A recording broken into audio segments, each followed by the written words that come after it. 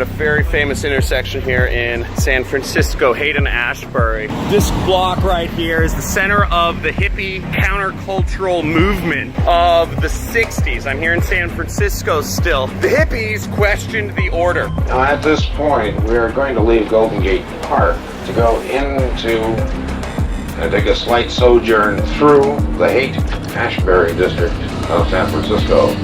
I think it's be a major historical event for this country. Stopped into a church. I passed along. The hippies questioned what was currently going on in America at the time. The wars, the government intervention, big government, etc. controlling our lives. What this video is about is how to escape the Matrix. How many people here have seen the Matrix and fucking loved it?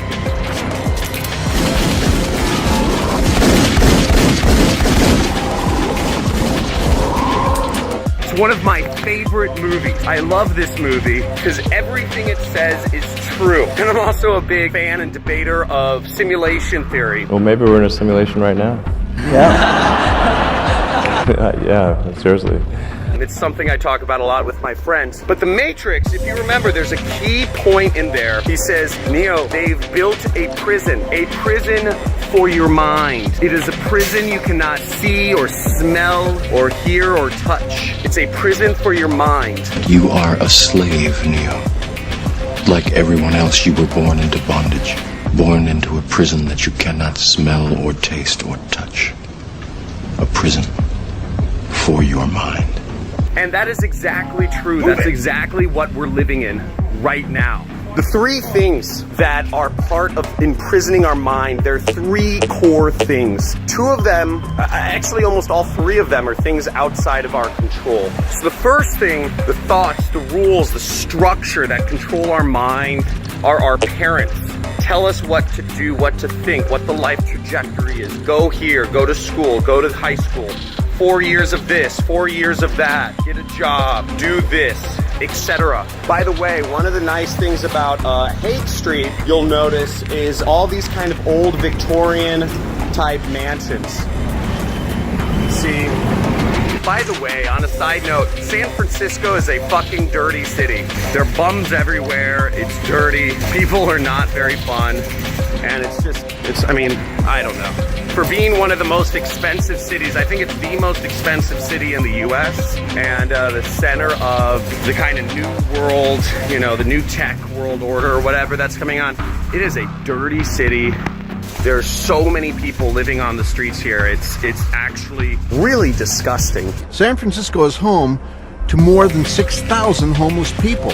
I'm not gonna go too much into that, but it's just kind of a side note that one of the richest cities in the world is also one of the poorest and the dirtiest and the ugliest, but what have you. I do really like the big old kind of Victorian mansions though, or houses that this area is known for. Haight-Ashbury was originally built in the 1880s, just a side note. So our parents feed us a lot of things. The second thing is the education system. Budgets for the U.S. Department of Education have continued to rise as educational results have continued to fall. It's a direct correlation, and I don't think it's a coincidence. Most governments are in control of the education system, and the education system is built to control our minds. It's built to push thoughts in us, sit in nice little rows, be complicit, follow the rules.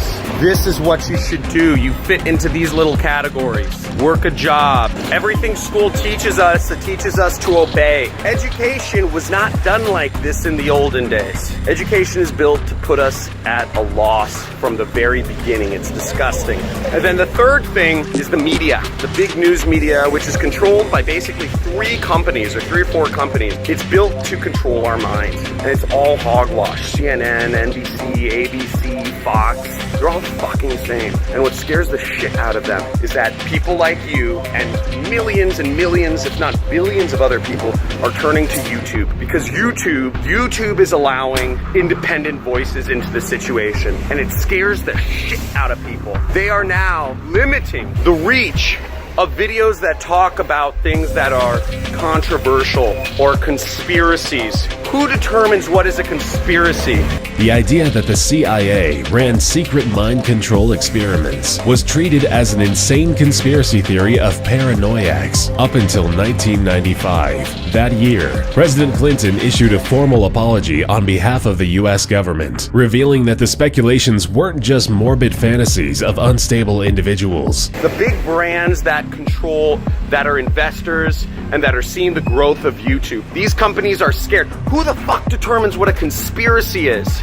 It's crazy. YouTube is limiting the reach of a lot of videos now, and this is a whole other issue, but they're limiting the voices of people. YouTube is catching on in a massive way as a platform because it is allowing the people to speak. It is allowing people to trade news and information that would otherwise not be traded, and thought points and viewpoints, and that the big systems or whatever, companies, brands, whatever that control the world don't like it. Some cool funky art. Look at all this stuff. Lots of cool little shops and smoke shops, coffee shops, and funky bars around here. Skateboard stuff, street art, etc. Kind of cool area. Oh, and here's Amoeba Music. They sell those big vinyl records here. Here, I'll show you guys. This is a shop that sells music. You got that right there. So the best way to get control of these, obviously you can't affect what your parents say, what the education has told you, and what the media has told you, but question everything, myself included, but question everything. Don't take all the information people tell you for granted. Be skeptical, but to a point. It's your life. You determine what goes on. I hear a lot of people say, oh, John, what you talk about is bullshit. You can't make $1 million in a year. That's not possible. Nobody does that. You tell everybody can be an entrepreneur. John, that's not possible. What the fuck are you joking? How the fuck are people making all this money on the internet? Look around, man. Look around. It's possible. It's not just me, man. It's not just me. There's lots of people out there being very successful. So escape the matrix. Escape the prison for your mind. Start destroying those walls. Feed yourself the right media. Question what your family's fed you since birth. And turn off the fucking big news media. It's all bullshit. Bullshit. Bullshit. Bullshit. Bullshit. Bullshit. Follow me. There are other people on YouTube which are really cool. I love Casey Neistat, and I just look up a lot of stuff on YouTube, frankly. Just looking around. Guys, like this video. Let me know if this resonates. This might have been uncomfortable for some people. I'm questioning a lot of the things that I think people out there believe solidly with or grew up with or whatnot. But like it if you agree. Like it if you're on the same page. Subscribe and leave a comment below. I love hearing from you guys. Love the community we're building. And as always, stay good. See you tomorrow. John's training helped me buy a car and stop trading time for money. It's worth it to buy John's program because you can double, triple, even quadruple your money in a very short amount of time. Hi, my name is Demetrius. I basically started using his tactics yesterday and already started seeing results. After going through the program, I made my first commissions basically yesterday. John Crestani, thank you so much for access to your program. It is powerful, and I hope your students and people actually get in, and they'll see. They'll be able to understand what I'm talking about. Okay, so thank you again, and I appreciate everything that you put out.